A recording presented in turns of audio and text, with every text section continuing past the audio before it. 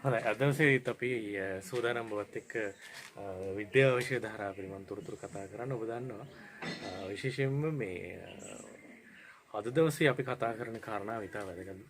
ඝර්ෂණය කියන කාරණාව ගැන තමයි අද දවසේ අපි ඔබත් එක්ක කතා කරන්න බලාපොරොත්තු වෙන්නේ. ඔබ දන්නවා ඝර්ෂණය කියන එක ඇහැට පේන දෙයක් නෙවෙයි. නමුත් එය සිදුවන සිද්ධාම හරහා අපිට අවබෝධ කරගන්න හැකියාවක් ලැබෙනවා. එකිනෙක හා ස්පර්ශ වී ඇති වස්තු දෙකක් අතර එක්කිනෙක හා ස්පර්ශ වී ඇති වස්තු දෙකක් අතර සාපේක්ෂ විස්ථාපනයක් සිදුවීමේදී ඒ කියන්නේ දැන් එක්කිනෙක හා සමග ස්පර්ශ වෙලා තියෙන වස්තු දෙකක් අපි හිතමු පොළොවේ තියෙනවා අපි හිතමු මේසයක් තියෙනවා පොළොවේ ඒ එකිනෙක මේසයේ තියෙන පාද සහ පොළොව එකිනෙක ස්පර්ශ වෙලා තියෙනවා එකිනෙක සමග ස්පර්ශ වෙලා තියෙන වස්තු දෙකක් අතර සාපේක්ෂ විස්ථාපනයක් සිදුවීමේදී විස්ථාපනය කියලා කියන්නේ දිශාවක් සහ විශාලත්වයක් සහිත රාශියක්. අපි හිතමු මේසේ මෙතන තියෙනවා නම් මම මේ අතර තල්ලු කරනකොට මේ තමයි දිශාව. කිසියම් නිව්ටන් බලයකින් මම මේසේ තල්ලු කරනවා. එතකොට කිසියම් ආකාරයකට මේ දිශාවට පිහිටීමේ වෙනස් වීමක් සිදු වෙනවා. කල යුතුයි මට මේසෙට. මෙතන තියෙන මේසේ මට තවත් තැනකට ගෙනියන්න ඕනේ. එතකොට එකිනෙක සහ ස්පර්ශ වී ඇති වස්තු දෙකක් අතර අර කිව්ව විදිහට සාපේක්ෂ විස්ථාපනයක් සිදු වෙනකොට සිද්ධ වෙන්න පෙළඹුමක් ඇති වෙනකොට ඒ පෙළඹුම වළක්වන්නට ඒ කියන්නේ විස්ථාපනය වෙන්නට අවශ්‍යයි වස්තුවට ඒ විස්ථාපනය වළක්වන්නට හෝ වස්තු දෙක අතර සාපේක්ෂ විස්ථාපනයක් තියෙනවා නම් ඒ විස්ථාපනය වළක්වන්නට ඒ වස්තු දෙකේ පෘෂ්ඨ අතර ක්‍රියාත්මක කරන බලයට අපි කියනවා ඝර්ෂණ බලය කියලා. ඒ කියලා කියන්නේ මේසයක් තියෙනවා නම් මේසේ පාද අපි දන්නවා මේ මේසයේ තියෙන පෘෂ්ඨය මත ඒක අපි හිතමු අපේ ගෙබිම කියලා. ඒ මත තියෙනකොට කිසියම් ආකාරයක විස්ථාපනය වීමේ බලයක් විස්ථාපනය වීමේ හැකියාවක් තිබෙනවා. එතකොට ඒ විස්ථාපනය වෙන්න පෙළඹුමක් ඇති වෙනකොට හරි. එහෙමත් නැත්නම් විස්ථාපනය වෙනකොට මේසේ මා තල්ලු කරන විට ඒ පෘෂ්ඨය මගින් මා මේ අතර තල්ලු කරන්න යොදන බලයට ප්‍රතිවිරුද්ධ යොදන බලයට අපි කියනවා ඝර්ෂණය කියලා. මා දැන් මම මේසේ තල්ලු කරන උත්සාහ කරන තනියම අපි ලොකු බරක් තියෙන වස්තුවක් තියෙනවා මේසේ පැත්තකින් තියෙන ලොකු බරක් තියෙන වස්තුවක් තියෙනවා වාහනයක් තියෙනවා වෑන් එකක් තියෙනවා දැන් වෑන් එකේ එන්ජින් එක නතර වෙලා තියෙන්නේ තල්ලු ස්ටාර්ට් කරන්න ඕනේ මම තනියෙන් තල්ලු කරන්න උත්සාහ කරනවා හැබැයි මට තනියම තල්ලු කරගන්න බෑ මොකද අර පොළොව මත ස්පර්ශ වෙලා තියෙනවා මේ වාහනේ රෝද හතර. එතකොට ඒ මත බරක් තියෙනවා. ඒ නිසා ඒ බර සහ අපි මේ බර කොහොමද දායක වෙන්නේ කියන එක අර කියන පෘෂ්ඨ ඒ බරත් එක්ක ඇති කරන කිසියම් ආකාරයක බලයක්. එතකොට මම මේ පැත්තට තල්ලු කරන බලයට වඩා වේගවත් අර වාහනේ මම තල්ලු කරන පැත්තට විරුද්ධ පැත්තට යවන බලය. ඒ නිසා මොකද වෙන්නේ? අර වාහනය මේ පැත්තට යොදන බලය වැඩි නිසා මට තනියම වාහනේ තල්ලු කරන්න පුළුවන් කමක් ලැබෙන්නේ නැහැ. හැබැයි මට පුළුවන්කමක් තියෙනවා නම් ඊට වඩා වෙනස් දෙයක් කරන්න. ඒ කියන්නේ මට තව 3-4 දෙනෙක් එකතු කරලා මේකට ලොකු බලයක් යොදන්න පුළුවන් නම් අන්න එතකොට අර බාහිර පෘෂ්ඨය මගින් මේ පැත්තට යොදන බලය අඩු වෙනවා. එතකොට ඝර්ෂණ බලය අඩු වෙනවා. ඉතින් ওই වගේ කාරණා තිබෙනවා. එතකොට බාහිර කිසියම් වස්තුවක් මත කියන්නේ විස්ථාපනය වෙන්න පෙළඹුමක් ඇති වෙනකොට හරි විස්ථාපනය වෙනකොට හරි පෘෂ්ඨය මතින් ඊට විරුද්ධව යොදන බලයට අපි කියනවා ඝර්ෂණ බලය කියලා. හොඳයි. දැන් අපි කිව්වා එකිනෙකට ස්පර්ශ වී තියෙන වස්තු දෙකක් අතර සාපේක්ෂ විස්ථාපනයක් සිද්ධ වෙනකොට ඒ කියන්නේ එහෙම විස්ථාපනයක් වෙන පෙළඹුමක් ඇති වෙනකොට ඒ පෙළඹුම වළක්වන්නට හෝ වස්තු දෙක අතර සාපේක්ෂ විස්ථාපනයක් පවතිනවා නම් ඒ විස්ථාපනය වළක්වන්නට වස්තු දෙකේම පෘෂ්ඨ මගින් යොදන බලයට අපි කියලා කියනවා ඝර්ෂණ බලය කියලා. දැන් අපි ওই විදිහට ඝර්ෂණය කියන කාරණේ අඳුර ගන්නවා. ඝර්ෂණය නිසා බොහෝ දේවල් අපිට ලැබෙනවා. ඝර්ෂණය ඉතා වැදගත්. දැන් අපි සාමාන්‍යයෙන් හඳට ගියොත් එහෙම ඔබ දන්නවා හඳේ නිදහසේ චලනය වෙනවා. ඒ කියන්නේ ගුරුත්වාකර්ෂණ බලයක් නැතිවීමත් ඒකට හේතුවක්. එතකොට ඝර්ෂණය පිළිබඳව ඔබ ඉගෙන ගන්න කාරණා අතර ප්‍රධාන කාරණා 3ක් ගැන ඉගෙන ගන්න සිද්ධ වෙනවා. ඒ තමයි ස්ථිතික ඝර්ෂණය, සීමාකාරී ඝර්ෂණය සහ ගතික ඝර්ෂණය කියලා. ස්ථිතික ඝර්ෂණය, සීමාකාරී ඝර්ෂණය සහ ගතික ඝර්ෂණය. දැන් අපි අර මුලින් කිව්ව කාරණාවටම ගියොත් එහෙම විශේෂයෙන්ම අපි අර මුලින් සදා කියමු. දැන් ඔබ දන්නවා වාහනයක් තියෙනවා. එහෙම නැත්නම් මේසයක් තියෙනවා කියලා හිතන්න. මොනවා හරි දෙයක් මම තල්ලු කරන්න බලයක් යොදනවා. මම යොදන බලය ටික ටික වැඩි කරගෙන යනවා. මම තනියම බලයක් යෙදුවාට ඒ වස්තුව චලනය වෙන්නේ නැහැ. නමුත් මම බලයක් යොදලා තියෙනවා. මම තනියම වෑන් එක තල්ලු ස්ටාර්ට් කරන්න ඕන නිසා මම තනියම තල්ලු කරනවා. හැබැයි මම කොච්චර තල්ලු කරත් වෑන් එක හෙලවෙන්නවත් නැහැ. හැබැයි මම බලයක් යොදනවද? ඔව්. ඒ බලය වෑන් එක මත හෝ ඒ වාහනේ මත වාහනේ රෝද මත ක්‍රියාත්මක කරනවද? ඒත් ඔව්. හැබැයි වාහනේ චලනය වෙන්නේ නැහැ. නමුත් මා බලයක් යොදනවා. එතකොට මේ යොදන බලයට ප්‍රතිවිරුද්ධව අර පෘෂ්ඨ මගින් අනිත් පැත්තට බලයක් යොදනවා. මම මේ පැත්තට යොදන බලයට සාපේක්ෂව පෘෂ්ඨය මගින් මේ පැත්තට බලයක් යොදනවා. එතකොට මා යොදන බලයට සාපේක්ෂව ප්‍රතිවිරුද්ධව යොදන බලය පෘෂ්ඨ මගින් අනිත් පැත්තට යොමුන බලය වැඩි. ඒ නිසා කිසිදු චලනයක් සිද්ධ වෙන්නේ නැහැ. නමුත් ඒ අවස්ථාවේදී ඝර්ෂණ බලයක් ක්‍රියාත්මක වෙනවා. ඒ ඝර්ෂණ බලය ක්‍රියාත්මක කරන්නේ අප විසින් අප මේ ඒ පෘෂ්ඨය මත යොදන බලයට ප්‍රතිවිරුද්ධ බලයක් ක්‍රියාත්මක කරනවා. එතකොට අපි යොදන බලයට සාපේක්ෂව ඝර්ෂණ බලය ප්‍රබල වෙනවා. එතකොට යොදන බලයට සාපේක්ෂව ඝර්ෂණ බලය ප්‍රබල වෙනකොට වාහනය හෝ අපි ඒ කිව්ව වස්තුව චලනය වෙන්නේ නැහැ. අන්න ඒ අවස්ථාව තුළ ක්‍රියාත්මක වෙන ඝර්ෂණ බලයට අපි කියන්නේ ස්ථිතික ඝර්ෂණ බලය කියලා. ඒ මොහොතේ ඝර්ෂණ බලයක් තිබෙන බව ඇත්ත. හැබැයි ඒ ඝර්ෂණ බලය අපි යොදන බලයට වඩා වැඩි. ඒ නිසා වස්තුව නිශ්චලතාවයෙන්ම පවතිනවා. ඒ චලනය වන්නේ නැහැ. ඒ වස්තුව නිශ්චලතාවයෙන් පවතිනවා, චලනය වෙන්නේ නැහැ. මොකද අපි යොදන බලයට වඩා වස්තුව මගින් බාහිර මේ අප වෙත යොමු කරන ප්‍රතිවිරුද්ධ පාර්ශවයට යොමු කරන ඝර්ෂණ බලය වෙන නිසා වස්තුව චලනය වෙන්නේ නැහැ, නිශ්චලව තිබෙනවා. ඊළඟට අපි තව කීප දෙනෙක් එකතු කරගෙන මේ වස්තුව මත ලොකු බලයක් යොදනවා. එතකොට කිසියම් අවස්ථාවකදී වස්තුව මත යොදන ඝර්ෂණ බලය අපි යොදන බලයට වඩා අප යොදන බලය ඉක්මවා යනවා. දැන් අපි තනිවම කිසියම් වස්තුවක් මත යොදන බලයට වඩා වස්තුවක් මත තනිවම යොදන බලයට වඩා කිහිප දිනයක එකතු ලොකු බලයක් යොදනකොට අර වස්තුවට බැරි වෙනවා අප යොදන බලය සමතුලිත කරගෙන නිශ්චලතාවය පවතිනට. ඒ දැන් තනි කෙනෙක් යොදනකොට ඒ බලය සමතුලිත කරගන්න ඕනට පුළුවන් කමක් ලැබෙනවා. ඒ නිසා වස්තුව චලනය වෙන්නේ නැහැ. හැබැයි අපි කිහිප දිනයක එකතු කරලා ලොකු බලයක් යොදනකොට අර සමතුලිතතාවයේ යම් අවස්ථාවක බිඳවැටෙනවා. එතකොට අන්නේ මොහොතේ වස්තුව චලනය වෙන ගන්නවා. අපි වස්තුව මත බලයක් යොදනකොට ඒ බලය වස්තුවට කියන්නේ ඒ පුෂ්ඨයට සමතුලිත කරගන්න බැරි වෙනවා ඝර්ෂණ බලය මගින්. ඒ සමතුලිත කරගන්න බැරි අවස්ථාව තුළ වස්තුව මත ක්‍රියාත්මක වෙන ඝර්ෂණ බලයට අපි කියනවා බැරි වෙනවා. ඒ බැරි වෙලා කිසියම් අවස්ථාවක මේ වස්තුව චලනය වෙන්න පටන් ගන්නවා. අන්න ඒ නිමේෂයේ වස්තුව මත ක්‍රියාත්මක කරන බලයට අපි කියනවා සීමාකාරී ඝර්ෂණ බලය කියලා. දැන් අපි කියව ස්ථිති ඝර්ෂණ බලය කියලා කියන්නේ වස්තුව මත අපි බලයක් යොදනවා. නමුත් වස්තුව මගින් ඒ ඝර්ෂණ බලය මගින් ඒක සමතුලිත කරගන්නවා. නමුත් ඒ නිසා වස්තුව නිශ්චලතාවයෙන් පවතිනවා. අන්න ඒ අවස්ථාවේ අපි බලයක් යොදනවා. නමුත් වස්තුව චලනය වෙන්නේ නැහැ. ඒ අවස්ථාවේ ක්‍රියාත්මක කරන ඝර්ෂණ බලයට කියන්නේ ස්ථිතික ඝර්ෂණ බලය කියලා. අපි තවදුරටත් මේ වස්තුව මත යොමු කරන බලය වැඩි කරනකොට කිසියම් අවස්ථාවක වස්තුව චලනය වෙන්න ගන්නවා. ඒ චලනය වෙන්න ගන්න නිමේෂයේ වස්තුව මත ක්‍රියාත්මක කරන බලයට අපි කියන්නේ සීමාකාරී ඝර්ෂණ බලය. ඊළඟට ස්ථිත ගතික ඝර්ෂණ බලය පිළිබඳව කතා කරනවා. ගතික ඝර්ෂණ බලය කියලා කියන්නේ දැන් වස්තුව චලනය වෙනවා වුණත් වාහනය ගමන් කරනවා වුණත් අදාළ පෘෂ්ඨ මගින් ඒ යොදන බලයට සාපේක්ෂව කිසියම් ඝර්ෂණ බලයක් යොදනවා.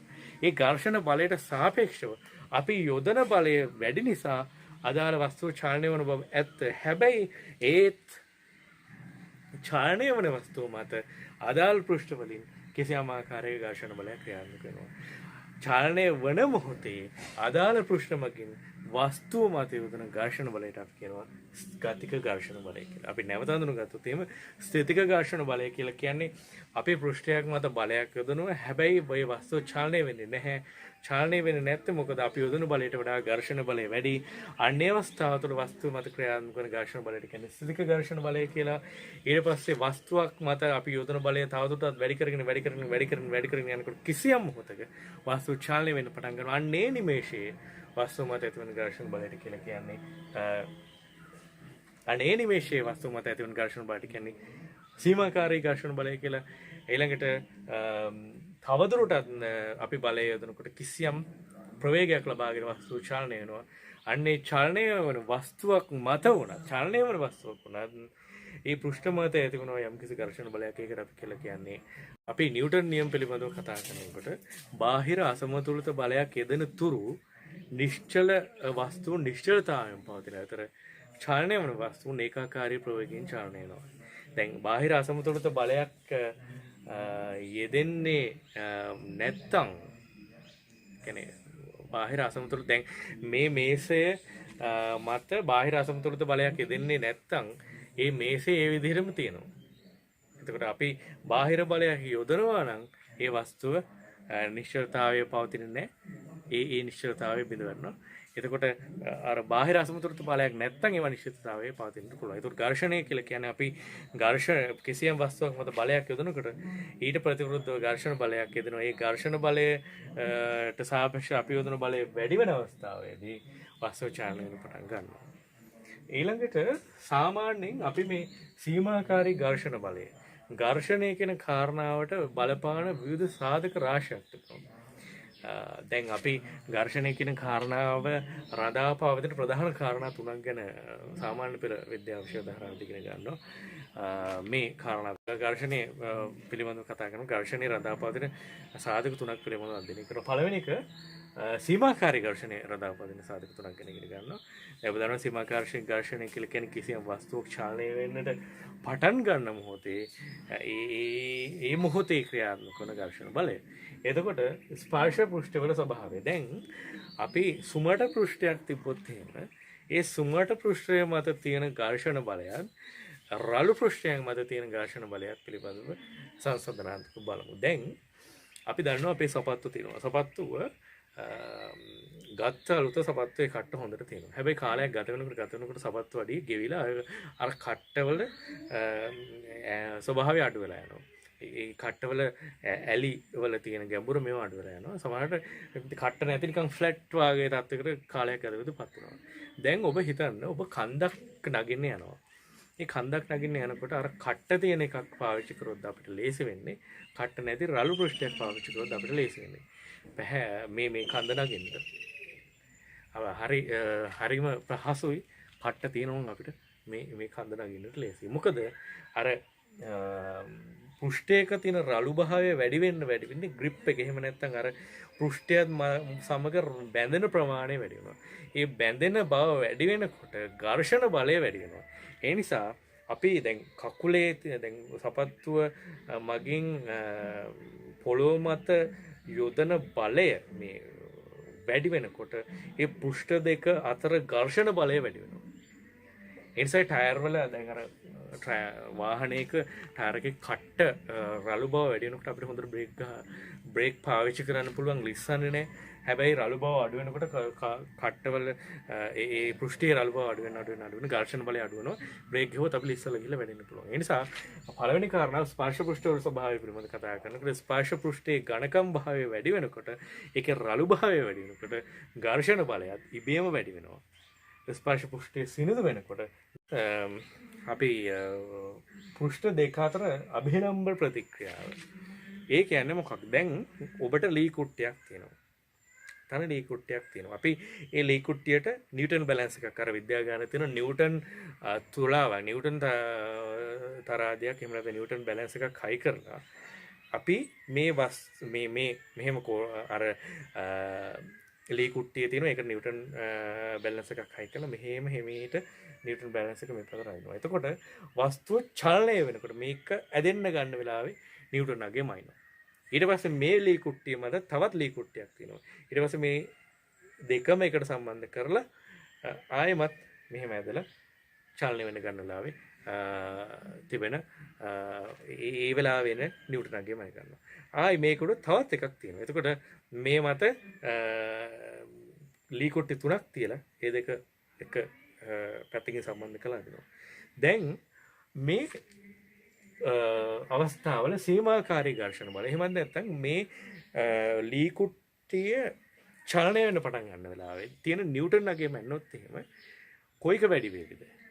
එක ලී කුට්ටියක් තියෙනවට වඩා ලී කුට්ටි දෙකක් තියෙනකොට තියෙන නිව්ටන් අගේ වැඩි. ලී කුට්ටි දෙකක් තියෙනකොට ලී කුට්ටි තුනක් තියෙනකොට ඇති වෙන නිව්ටන් බලය වැඩි. ඒ කියන්නේ අපිට යොදන්න ඕනේ බලය වැඩි වෙනවා. ඇයි යොදන්න ඕනේ බලය වැඩි වෙන්නේ? මේ දැන් මේක මේසේ මත මේ ලී කුට්ටිය මේසේ උඩ තියලා මේසේ සහ ලී කුට්ටිය අතර ඇතිවන ඝර්ෂණ බලය බර වැඩි වෙන්න වැඩි වෙන. එමත ගුඩට දාන ප්‍රමාණයේ ලෝඩ් එක වැඩි වෙන්න ඝර්ෂණ බලය වැඩි වෙනවා. ඒ නිසා අපිට අදින්නට යොදන්න ඕනේ බලය වැඩි වෙනවා. ඒ නිසා ස්පර්ශ පෘෂ්ඨයේ ඝනකම් වෙනකොට රළු වෙනකොට සීමාකාරී ඝර්ෂණ බලය වැඩි වෙනවා.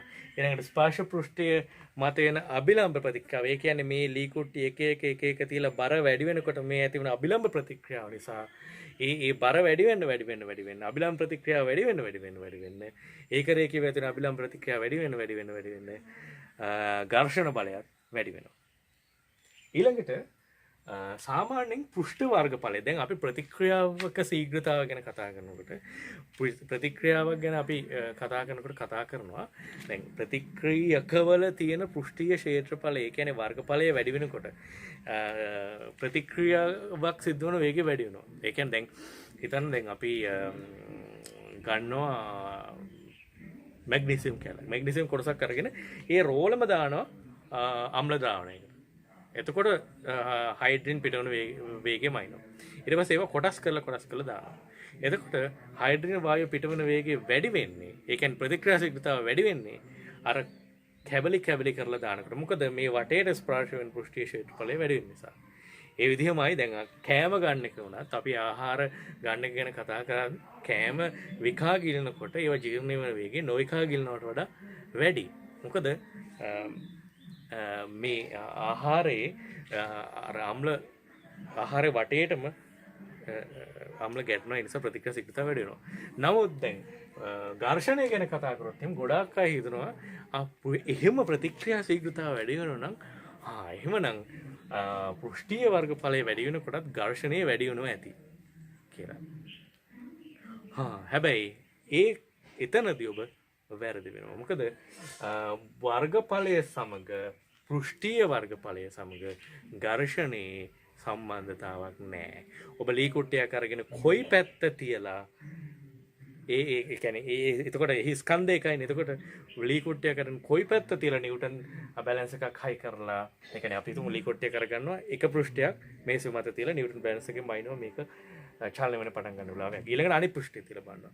ඒ විදිහට පෘෂ්ඨීය වර්ගඵලය වෙනස් වෙන පැති අරගෙන එක ලී කුට්ටිය බැලුවොත් එහෙම ඔය හැම පැත්තකම චලනය වෙන්න පටන් ගන්න වෙලාව තියෙන ඝර්ෂණ බලය එහෙමත් නැත්නම් සීමාකාරී ඝර්ෂණ බලය එක සමානයි. එකම නිව්ටනයක් කියන්නේ. මොකද පෘෂ්ඨීය ක්ෂේත්‍රඵලයේ ඝර්ෂණය සමග බලපෑමක් නැත. එනිසා අපි ඝර්ෂණය සම්බන්ධ කාරණා තුනක් කතා කරා. ඒ කියන්නේ ඝර්ෂණයේ සීමාකාරී ඝර්ෂණ බලය රඳා පවතින සාධක තුනක්. පළවෙනි එක තමයි ස්පර්ශ පෘෂ්ඨවල ස්වභාවය. ස්පර්ශ පෘෂ්ඨවල තියෙන රළු භාවය වැඩි වෙනකොට, ස්පර්ශ පෘෂ්ඨවල තියෙන රළු භාවය වැඩි වෙනකොට ඝර්ෂණ බලය වැඩි වෙනවා. ස්පර්ශ පෘෂ්ඨ සුමට වෙන ඝර්ෂණ බලය අඩු වෙනවා. ඊළඟට පෘෂ්ඨ දෙක අතර අභිලම්බ ප්‍රතික්‍රියාව කියන්නේ ලී කුට්ටි 3ක් 4ක් 5ක් එක ළඟ තියලා ඒ බර වැඩි වෙනකොට අභිලම්බ ප්‍රතික්‍රියාව වැඩි වෙනවා. අභිලම්බ ප්‍රතික්‍රියාව වැඩි වෙනකොට ඝර්ෂණ බලයත් වැඩි වෙනවා. හැබැයි හොඳට මතක තියාගන්න පෘෂ්ඨීය වර්ගඵලය වැඩි වුණත් පෘෂ්ඨීය වර්ගඵලය අඩු වුණත් ඝර්ෂණ බලය එමමයි. ඒකට පෘෂ්ඨීය වර්ගඵලය රඳා පවතින්නේ. එදිනදා ජීවිතය තුළ අපිට විවිධ විදිහට ඝර්ෂණ බලය වැදගත් වෙනවා. දැන් සමහර වෙලාවට ඝර්ෂණය අඩු කර ගන්න ඕන වෙනවා. සමහර වෙලාවට ඝර්ෂණය වැඩි කර ගන්න ඕන වෙනවා. ඝර්ෂණය අඩු කර ගන්න සාමාන්‍යයෙන් අපිට පුළුවන් අර දැන් සමහර තැන්වලට දැන් ඔබ දන්නවා කැරකෙන්න ඕනි තැන්වලට අපි ග්‍රීස් එහෙම ආරම්භ කරනවා. ග්‍රීස් සමහර මැෂින් වල කොටස් වලට මිනුරන් තියෙනවා. ඒ වගේ තියලා අර ඔබ දන්න මිනුරන් තියෙන තැන්වල ලිසන ස්වභාවය වැඩි. සමහරට මිනිරන් වැඩි පස් තියෙන තැන්වල නායාමයේ ස්වභාවය වැඩි. මොකද පස් ස්ලිප් වෙනවා. ලිසන ස්වභාවය වැඩි. එතකොට ග්‍රීස් උනත් අපි ලිහිසි ද්‍රව්‍යයක් විතර පාවිච්චි කරන ඔය බෝල බෙයාරින්ග්ස් වල එහෙම ඒ වගේ අර කැරකෙන තැන්වල කැරකෙන ස්වභාවය වැඩි කරන. කැරකෙන ස්වභාවය වැඩි කරන්න කියන්නේ ඒ පෘෂ්ඨ අතර තියෙන ඝර්ෂණ බලය පුළුවන් තරම් අඩු කරන්න. ඊළඟට සමහර පෘෂ්ඨ අපිට සුමට කරන්න වෙනවා. ඝර්ෂණය අඩු කරන්න ඕනේ තැන්වල පෘෂ්ඨ සුමට කරන්න සිද්ධ වෙනවා. සුමට පෘෂ්ඨ තියාගත්තොත් ඝර්ෂණ බලය අඩු කරන්න පුළුවන්. දැන් අර ඔබ දන්නවා අපිට කැරම් ගහනකොට කැරම් කියන්නේ කැරම් බෝඩ් එකේ ඉත්තු ගමන් කරන වේගය අපිට වැඩි කර ගන්න ඕන අඩු කර ගන්න ඕන. අපිට ගමන් කරන වේගය වැඩි කර ගන්න ඕන. ඒ නිසා අපි අර පුයර එහෙම නැත්නම් අර පවුඩර් කියලා කියන පවුඩර් දාලා අපි ඒ පෘෂ්ඨයේ තියෙන සුබට භාවය වැඩි කරගෙන તો ඉත්තු ගමන් කරන වේගය වැඩි වෙනවා. එක පහරකින් වට කිහිපයක් ගමන් කරන ස්වභාවයට පත් වෙනවා. එතකොට ওই විදිහට අපිට සුමට පෘෂ්ඨ ලබා ගන්න ඕන තැන්වල ඝර්ෂණය කියන්නේ ඝර්ෂණය අඩු කර ගන්න ඕන තැන්වල අපි පෘෂ්ඨය සුමට කරනවා. අපි අර කලිනුත් බෝල බෙයාරින්ග්ස් වල ඒ බෝල තියන්නේ ඒවයි තාම සුමටයි. ඒ මගින් ඝර්ෂණ බලය අඩු කරලා චලනය වෙන වේගය වැඩි කර ගන්න පුළුවන්. ඔය වගේ ඝර්ෂණ බලය වැඩි කර ගන්න ඕනේ තැනක් තියෙනවා. ඝර්ෂණ බලය අඩු කර ගන්න ඕනේ අවස්ථාවක් තිබෙනවා. සමහර තැන්වලදී. ඉතින් දැන් ඝර්ෂණය පිළිබඳව අපි කතා කරනවා. ඇයි අපි මේ ඝර්ෂණය ගැන කතා කරන්නේ? මොකද්ද ඝර්ෂණය ගැන මේ තරම් කතා කරන්න තියෙන වටිනාකම? දැන් අපි මේ ඇවිදිනවනේ. අපි ඇවිදිනකොට අපේ පාදය සහ පොළොව ස්පර්ශ වෙනවා. එතකොට අපි සපත්තු දානවා. සපත්තු දානකොට සපත්තුවේ පෘෂ්ඨය සහ පොළොව ස්පර්ශ වෙනවා. දැන් හයිකින් කරනකොට එහෙම ගොඩාක් රළු පෘෂ්ඨ තියෙන සපත්තු දාන්නේ. ඇයි ඒ හොඳට ග්‍රිප් එක තියෙන්න ඕනේ වැටෙන්නේ නැති වෙන්න. ඉතින් ඒ වගේ දැන් ඇවිදිනකොට සපත්තු වල ඒ වගේ දේවල් වල ඝර්ෂණය පුළුවන් තරම් වැඩි කරගන්න එකෙන් අපිට ලිසන ස්වභාවය අඩු කරගන්න පුළුවන්. ඊළඟට වාහනයක් ගත්තොත් එහෙම වාහනයක රෝදවල කට්ට තියෙනවා නම් තමයි ඒ වාහනයක රෝදවල කට්ට දෙන්න නම් තමයි බ්‍රේක් ගහනකොට අපි යන කලින් කිව්වා වගේ ඒ හොඳට ලිස්සන නැතුව රඳාපදින. එතකොට අපිට ආරක්ෂාව වැඩි කට්ට වැඩි ටයර් එකක් පාවිච්චි කරන. කියන්නේ ටයර් එකේ කට්ට වැඩි වෙනකොට අලුත් වෙනකොට ආරක්ෂාව වැඩි ලිසන ස්වභාවය වැඩි බය නැතුව වාහන වෙලාවක් වුණත් අපිට බ්‍රේක් ගහන්න පුළුවන්. හැබැයි එහෙම නැතුව ටයර් එක ගෙවිලා තියෙනවා නම් කට්ට ස්වභාවය අඩු නම් ග්‍රිප් එක අඩු නම් එතකොට ඝර්ෂණය අඩු නිසා පරිස්සම් වෙන්න සිද්ධ වෙනවා. දැන් ඊළඟට ඔබ දන්නවා කොහු ලණුවක් හදනකොට කොහු ලණු හදනකොට කොහු කෙඳි රාශියක් එකට එකතු කරලා අඹරලා දෙනවා. කොහු ලණුවක් හදනකොට කොහු කෙඳි රාශියක් එකට එකතු කරලා කොහු ලණුවක් අඹරලා තිනවා. ඇයි මේ? එතකොට නයිලෝන් කම්බියක යොදලා තියෙන නයිලෝන් ලණුවක් අරගෙන ගැට ගහපු එකට වඩා කොහු ලණුවක් යොදලා ගැට ගහන එක කයියි. ඇයි ඒකට හේතුව තමයි අර කොහු ලණුවේ තියෙන්නේ කොහු කෙඳි විශාල ප්‍රමාණයක්.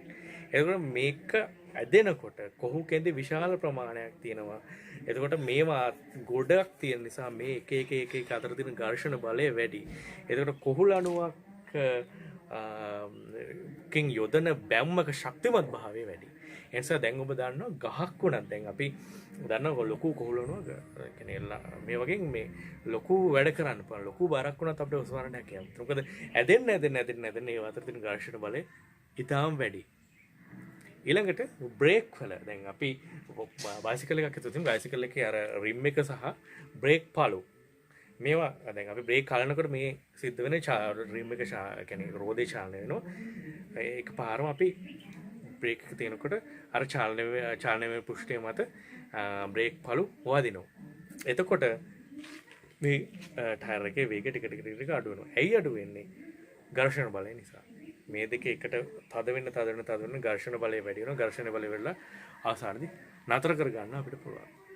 ඊළඟට සාමාන්‍යයෙන් දැන් තියෙන වාහනවල මෝටර් සයිකල් උනත් යතුරු පැදි උනත් මෝටර් වාහනවල ඔබ දන්නවා ඩිස්ක් බ්‍රේක් තියෙන. ඒ කියන්නේ රෝදයන් ඩිස්ක් ඒ කියන්නේ රෝදේ එක්ක සම්බන්ධ වෙන තැටියට බ්‍රේක් පළු සම්බන්ධ වෙලා එතකොට ඒ තැටිය දෙපැත්තෙන් අර බ්‍රේක් පළු සම්බන්ධ වෙනවා. එතකොට මේක චාලනය වෙන එක නතර වෙනවා. ඒ වගේ විශාල ප්‍රයෝජන රාශියක් තිබෙනවා ඝර්ෂණය පිළිබඳ දැනගන්න එක. ඊට එහා පැත්ත ගියාට පස්සේ විවිධ දැන් උසස් පෙළදී ඔබ ඝර්ෂණය කියන කාරණය විවිධ සටහන් සමග කියන්නේ ඝර්ෂණය පිළිබඳ යම් යම් ගණිතමය සංකල්ප සමග ගණන් එක්ක ඝර්ෂණය කියන කාරණය පිළිබඳව තවදුරටත් හදාරන්න උසස් පෙළේ. දැන් සාමාන්‍ය පෙළට අපිට මේ කාරණේ ටික තමයි ඉගෙන ගන්න තියෙන්නේ. මොකද ඒ ඝර්ෂණය මෙතනින් එහා පැත්තට බොහෝ වටිනාකම් තිබෙන සංකල්පයක් නෙවෙයි. අතන මේ සිද්ධාන්තයක්.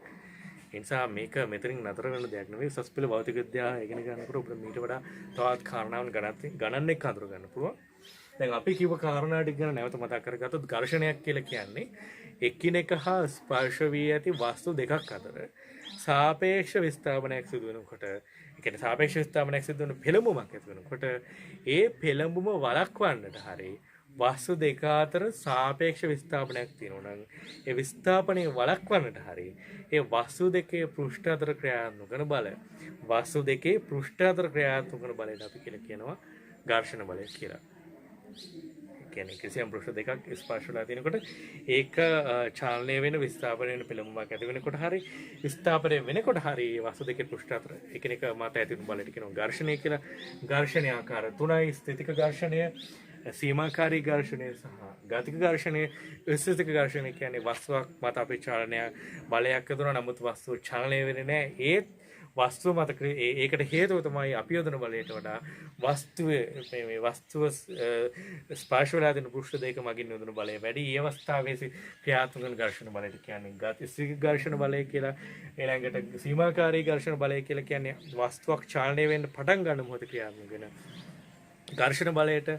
ඊළඟට ගති ඝර්ෂණ බලය කියලා කියන්නේ පෘෂ්ඨ දෙක මත ක්‍රියාත්මක වන ඝර්ෂණ බලය. අපි ඊට පස්සේ කතා කරා ඝර්ෂණයේ වලට බලපාන සාධක පිළිබඳව. ස්පර්ශ පෘෂ්ඨවල රළු බව වැඩි වෙනකොට වස්තු ඝර්ෂණ බලය වැඩි. ස්පර්ශ පෘෂ්ඨ දෙක මත ක්‍රියාත්මක වන අභිලම්බ ප්‍රතික්‍රියාව වැඩි වෙනකොට ඒ මත යොදන බර වැඩි වෙනකොට ඝර්ෂණ බලය වැඩි. පෘෂ්ඨයේ වර්ගඵලය කියන කාරණා පෘෂ්ඨීය වර්ගඵලය කියන කාරණාව ඝර්ෂණ බලය සමග කිසිදු සම්බන්ධයක් නැත. ඊළඟට ඝර්ෂණයේ විවිධ ප්‍රයෝජන තිබෙනවා. සමහර තැන්වල අපිට ඝර්ෂණ අඩු කරගන්න සිද්ධ වෙනවා. ඒ කියන්නේ නිව්ටන් නියම වලින් ඝර්ෂණය පිළිබඳ කාරණා විස්තර කරන්න පුළුවන්. නිව්ටන් කීවේ බාහිර අසමතුලිත බලයක් යෙදෙන තුරු නිශ්චල වස්තුන් නිශ්චලතාවයෙන් පවතින අතර චලනය වෙන වස්තුන් ඒකාකාරී ප්‍රයෝජන චලනය වෙනවා කියලා. ඉතින් ඔය කියන කාරණා පිළිබඳව තමයි අපිට ඝර්ෂණය පිළිබඳව කතා කරන්න තිබෙන්නේ. ඉතින් ඝර්ෂණය කියන සංකල්පය අතිශය වැදගත් වෙන කියන කාරණා මතක තියාගන්න. මේ පිළිබඳව ඔබට වැඩිදුර ඉගෙන ගන්න පුළුවන් උසස් පෙළ භෞතික විද්‍යාව විෂය ධාරාව හැදෙරොත් කෙනෙක්